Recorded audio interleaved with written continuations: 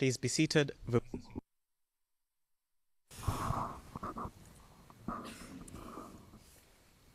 Maître Altid, à vous la parole. Merci, Monsieur le Président.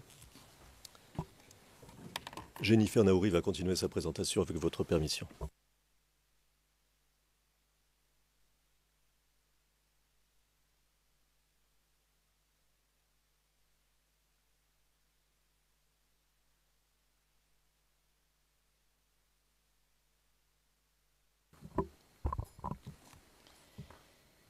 Monsieur le Président, Madame, Monsieur les juges, nous venons de voir que la Côte d'Ivoire était le théâtre d'un conflit armé.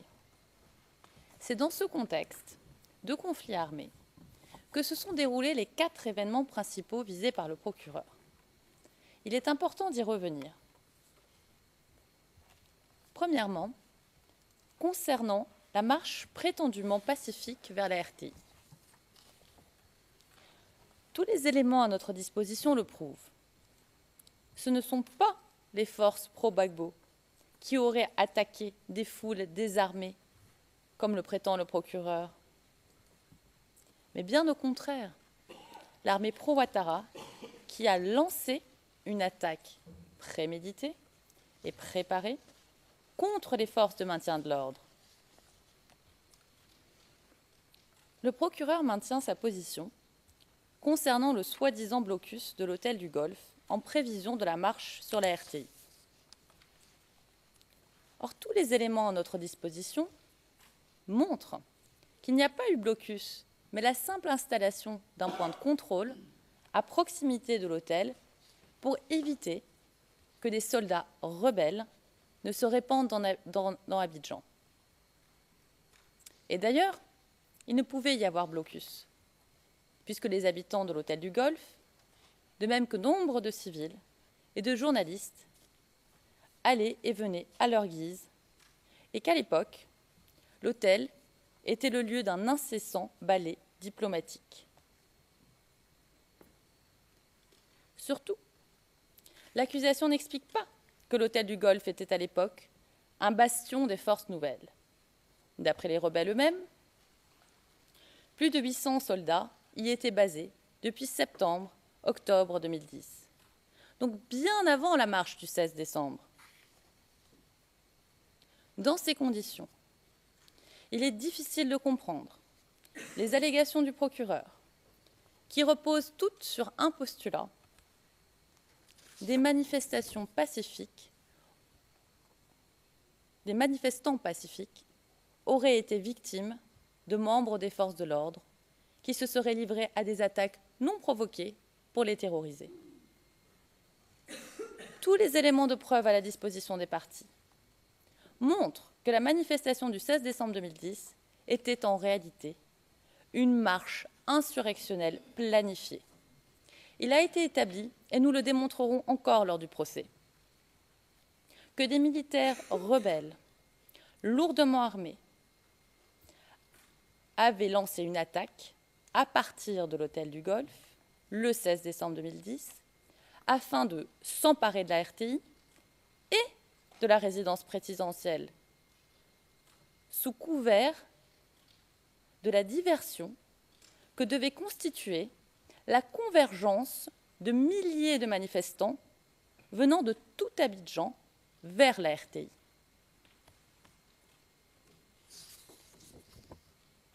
La preuve a été apportée de ce que les soldats rebelles, réunis à l'hôtel du Golfe, avaient reçu pour consigne, le 15 décembre 2010, de préparer leur équipement de combat pour le lendemain. Nous remonterons ces images parce qu'elles sont fondamentales. Ici, il s'agit de consignes données à une armée. Soldats, militaires, je vais à la radio-télévision ivoirienne pour installer le nouveau directeur général de cette télévision parce que le président de la République me l'a demandé. Vous devez vous tenir prêts. Donc, il faut que vous vous mobilisiez. Jeudi, nous allons à la télévision Je compte sur vous. Et le moral? Non, et le moral? Voilà. Comme si les deux patrons ont déjà parlé, nous on n'a rien à dire encore. Donc, il faut qu'on soit prêt pour le jeudi. 45 heures, rassemblement à la piscine. Et tous vos équipements militaires de combat. L'amusement est fini.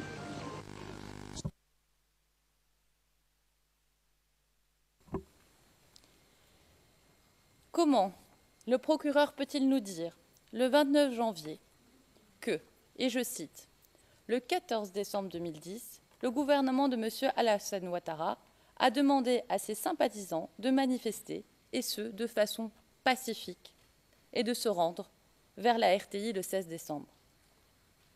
Comment le procureur peut-il faire comme si ces images sur lesquelles apparaissent Guillaume Soro, Premier ministre d'Alassane Ouattara, donnant des instructions aux soldats et militaires dotés de RPG et Kalachnikov n'existaient pas?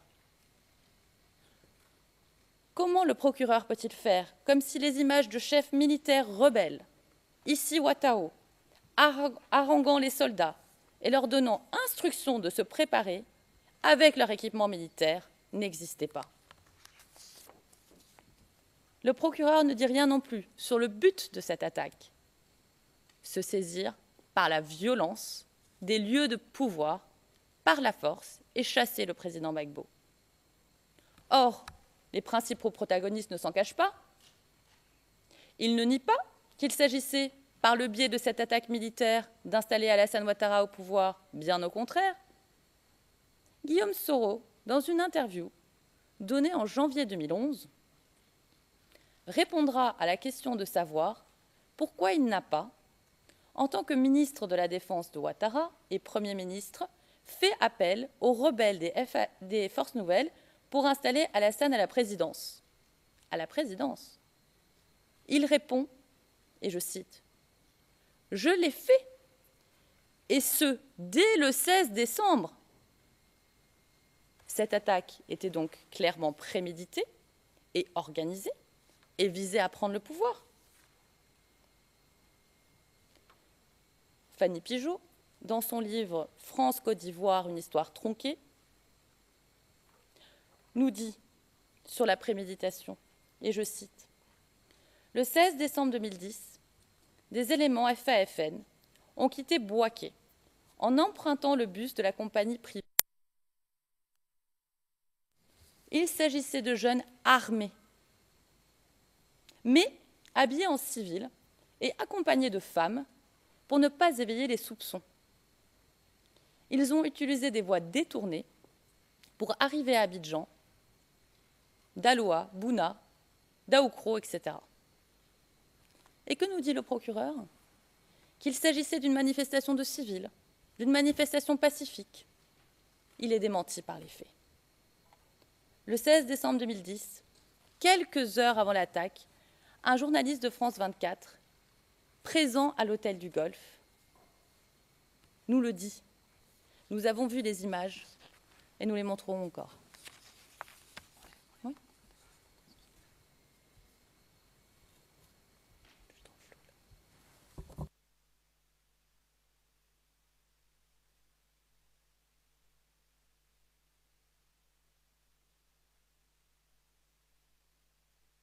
Là, ils sont très énervés.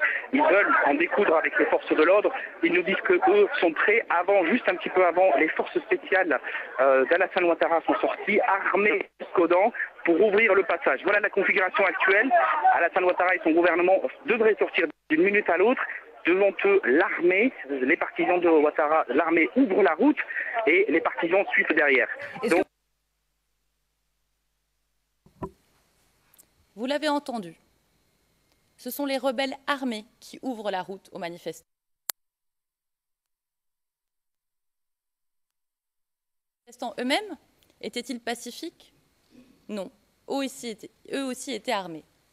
Un témoin de la défense des 30, témoin direct des événements, déclare avoir vu le 16 décembre 2010, aux environs de 8 heures du matin, et je cite, « de nombreux gens armés, de machettes, de bâtons, marchant sur la voie Anyama Abobo, pour, disait-il, se rendre à la RTI, répondant ainsi à l'appel du RHDP. Ils chantaient On va pomper Guégon. Les petits Gbagbo vont mourir. Mais le procureur n'en souffle mot. Pas un mot non plus sur la violence inouïe de cette attaque. Je tiens à vous avertir, certaines images que nous allons voir sont difficiles.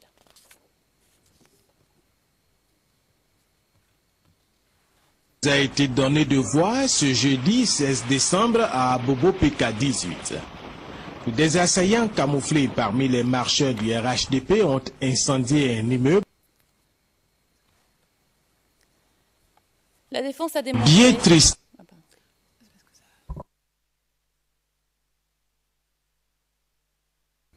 Pardon. Le spectacle qui nous a été donné de voir ce jeudi 16 décembre à Bobo PK18. Des assaillants camouflés parmi les marcheurs du RHDP ont incendié un immeuble dans ce quartier d'Abobo. Et puis, ils ont brûlé vif un élément des forces de défense et de sécurité à son domicile.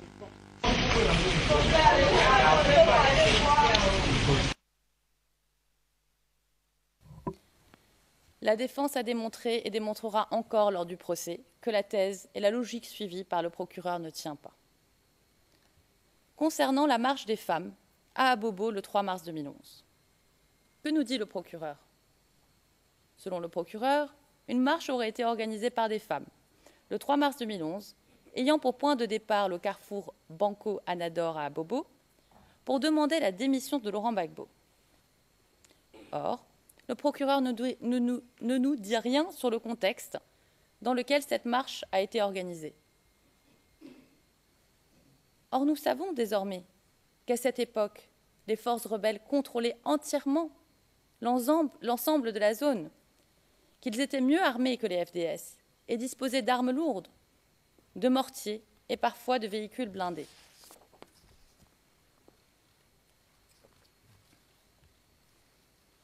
Le seul point d'appui des troupes gouvernementales, en mars 2011, est le camp commando, étant entendu qu'il était ravitaillé par des convois qui traversaient Abobo sans jamais s'arrêter et qu'à aucun moment, les soldats qui s'y trouvaient, encerclés, peu armés et à court de munitions, n'avaient lancé d'attaque contre les forces rebelles qui pourtant les harcelaient jour et nuit.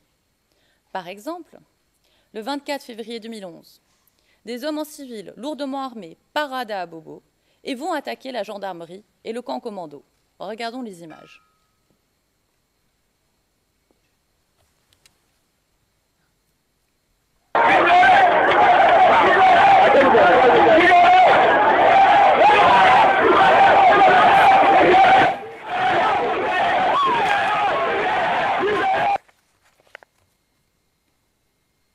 C'est un modus operandi utilisé à plusieurs reprises par les rebelles, que de pousser des civils devant eux comme boucliers humains, de prendre à partie avec des armes à feu les forces de l'ordre et d'espérer une riposte pour pouvoir prétendre à une attaque des forces de l'ordre contre des civils.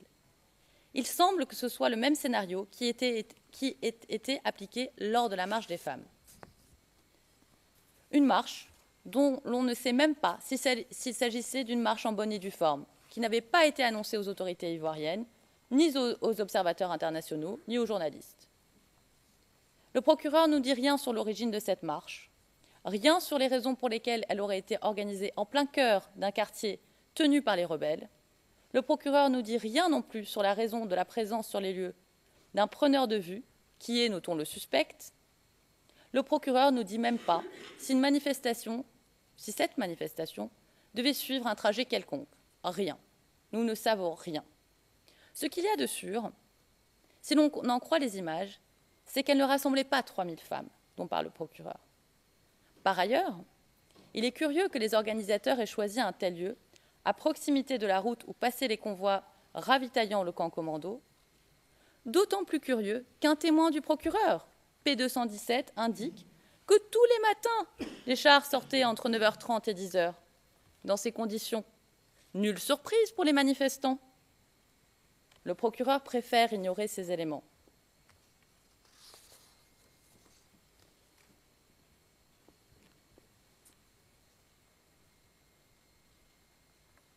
Le procureur nous montre une vidéo qui permettrait de comprendre ce qu'il s'est passé lors de la marche. Or, en analysant cette vidéo, plutôt que d'éclaircir la situation,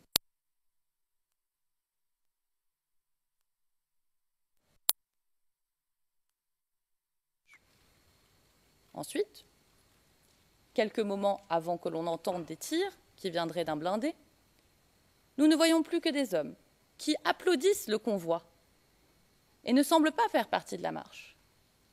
C'est comme si l'on changeait de plan, de séquence. Ensuite, sur la vidéo, l'on voit des personnes qui courent dans une direction non définie, essentiellement des hommes. Où sont les femmes? Après, apparaissent des images prises d'un autre angle, bien plus loin, et l'on voit passer un convoi à vive allure, alors que le premier blindé avançait doucement, voire était immobile. Il paraît étrange que s'il s'agissait du même convoi que nous voyons lors de la séquence suivante, passer à vive allure, que l'on puisse encore le voir sur la même vidéo. En effet, la logique voudrait que pendant que les gens se dispersent, le convoi roule rapidement et qu'il ait donc dépassé les foules qui se répandaient. À ce propos, nous démontrerons que les témoignages présentés par le procureur sont contradictoires et que les déclarations de ces témoins ne permettent en aucun cas de savoir comment aurait été composé le convoi. Aucun d'entre eux n'est d'accord sur le nombre et le type de véhicule qui aurait composé le convoi.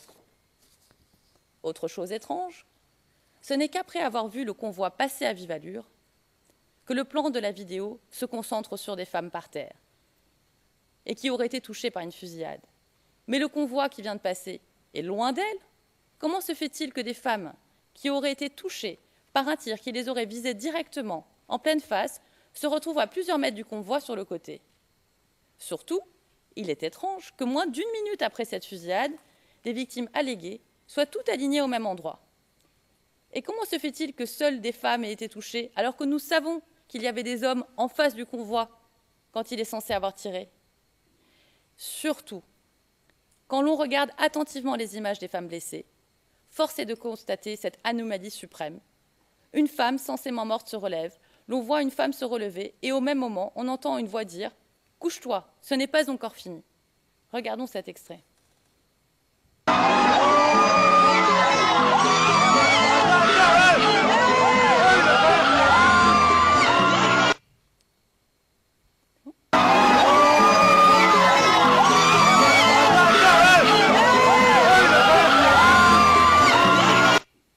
Vous avez bien entendu. Ce qu'on lui dit, c'est « couche-toi, ce n'est pas encore fini ». Et si elle était si gravement blessée, pourquoi personne n'a tenté de lui porter secours? Elle était clairement encore consciente. Ces différentes séquences d'images semblent attester d'une mise en scène, voire d'un montage. Le procureur réfute cette thèse. Il nous dit aujourd'hui qu'il disposerait de la version originale de la vidéo. Il nous dit, et je cite, que nous entendrons des dépositions d'experts qui vous prouveront que cette vidéo est authentique et que les images et le son n'ont absolument pas été retouchés ni manipulés. C'est un pari risqué que prend le procureur. Nous démontrerons lors du procès que le procureur a échoué. Concernant le soi-disant bombardement d'Abobo, au début du mois de mars 2011, à l'exception des gendarmes assiégés au camp commando, le quartier tout entier est entre les mains du commando invisible et des FAFN. Les forces de l'ordre étaient constamment attaquées alors qu'ils tentaient de protéger la population civile. Dans ces conditions, il est difficile de comprendre pourquoi le procureur continue de prétendre aujourd'hui, comme il l'avait fait en 2014, que des éléments du Bassa stationnés au camp commando auraient tiré le 17 mars 2011 sur une zone densément peuplée d'Abobo. De plus, cette allégation est très floue et repose uniquement sur des affirmations approximatives. Prenons quelques exemples. Les approximations portent sur les zones qui auraient été touchées. Elles ne sont pas déterminées précisément. Nous ne connaissons pas les endroits exacts où seraient tombés des obus. Rappelons qu'Abobo n'est pas un simple quartier d'Abidjan. C'est une ville dans la ville. Abobo s'étend sur une superficie de 78 km² et est peuplé d'1 500 000 habitants. Il appartenait au procureur d'être bien plus précis. Les approximations portent aussi sur l'heure à laquelle le soi-disant bombardement se serait déroulé. En pleine journée. Ce n'est pas une allégation claire. D'ailleurs, nous démontrerons tout au long du procès que les déclarations des témoins du procureur ne permettent même pas d'affirmer que le prétendu bombardement aurait effectivement eu lieu en pleine journée. Notons aussi que la crédibilité de certains de ces témoins du procureur est plus que douteuse.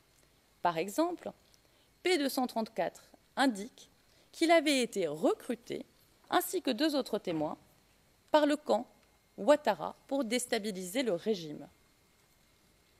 Enfin et surtout, et j'insiste sur ce point, il est difficile de comprendre pourquoi le procureur continue de prétendre, et je cite, « Alors que le gouvernement de Laurent Gbagbo disposait de preuves impliquant les forces pro-Gbagbo dans ces événements, aucune véritable enquête n'a été menée et personne n'a été puni. »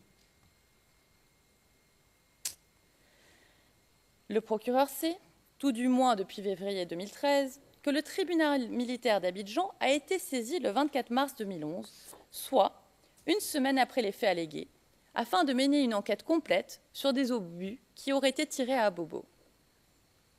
Surtout, le procureur fait fi du résultat de cette enquête, qui a abouti à l'acquittement des prétendus auteurs du bombardement du 7 mars 2011.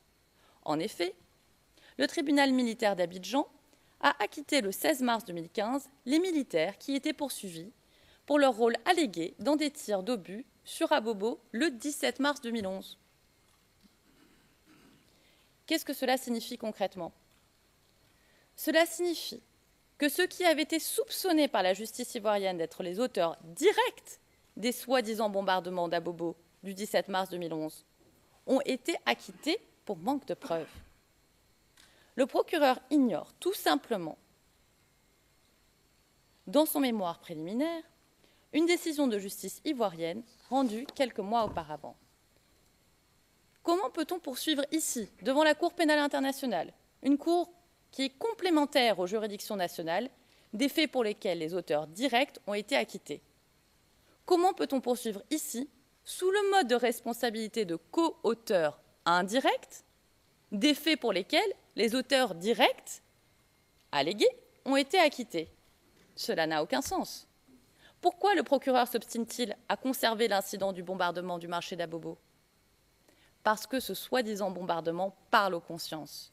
Il rappelle aux journalistes et à l'opinion publique le bombardement d'un autre marché, survenu en Europe une vingtaine d'années plus tôt, le bombardement du marché de Sarajevo. Un mot enfin sur les soi-disant attaques par des pro-Gbagbo à Yopougon après l'arrestation du président Gbagbo, le 12 avril ou vers cette date. Nous avons écouté le procureur et il n'est toujours pas clair en quoi consiste cette allégation d'une attaque sur Yopougon.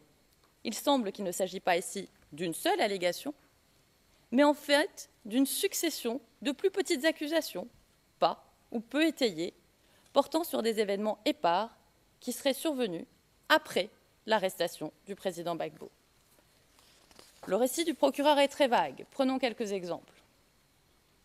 Le procureur ne précise pas la date de la prétendue attaque de Yopougon.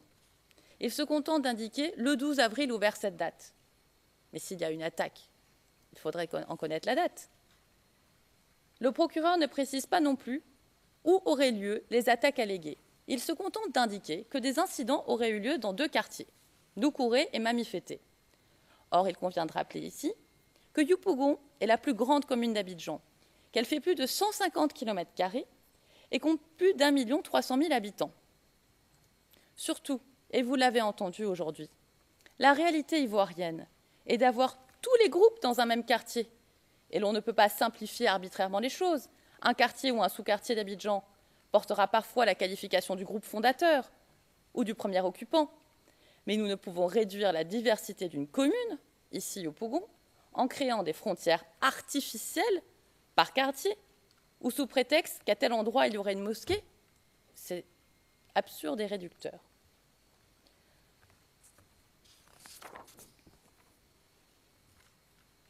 Il convient de noter aussi que le procureur est de plus en plus en recul concernant ces petites accusations éparses. Par exemple, le nombre de morts allégués ne cesse de diminuer. Il est passé de 80 à 75 à 68 et aujourd'hui le bilan serait de 62 morts. Il en va de même concernant les viols. Nous sommes passés de 22 viols allégués à 8, soit un nombre divisé par 3. Plus ça va, plus le procureur réduit cette allégation, et c'est bien normal, puisque, comme il sera démontré tout au long du procès, le narratif du procureur ne prend pas en compte la réalité de ce qui s'est passé à Yopougon entre mars et avril 2011. Par conséquent, les accusations ne résisteront pas à l'analyse. La réalité à Yopougon est différente.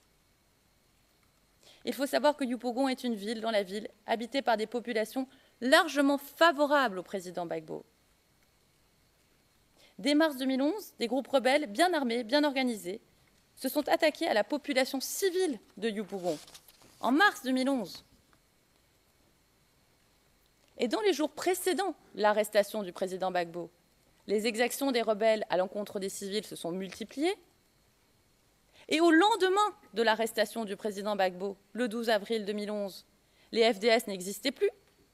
Les chefs et certaines unités s'étaient alliés à Alassane Ouattara, les autres s'étaient débandés ou étaient détenus à l'hôtel du Golfe. Une fois les gendarmes disparus, les rebelles s'en sont pris aux habitants.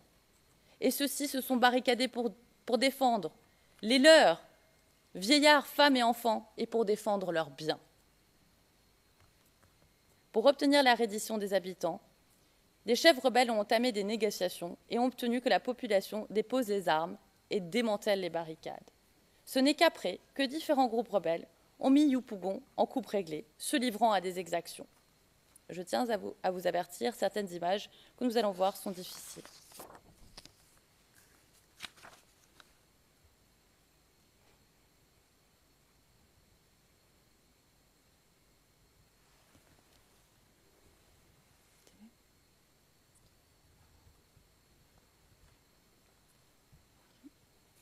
C'est bon, ça marche pas.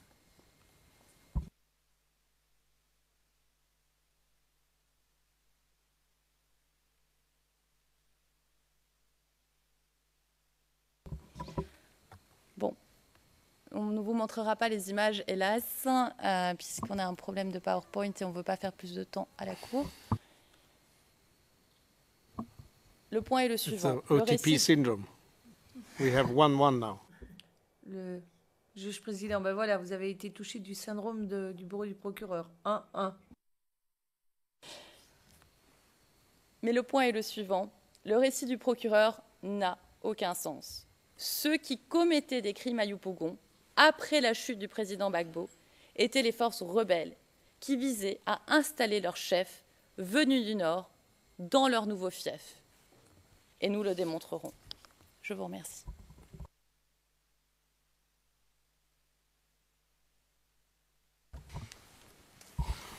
Maître Altid. Monsieur le Président, la dernière présentation sera effectuée par le professeur Jacobs.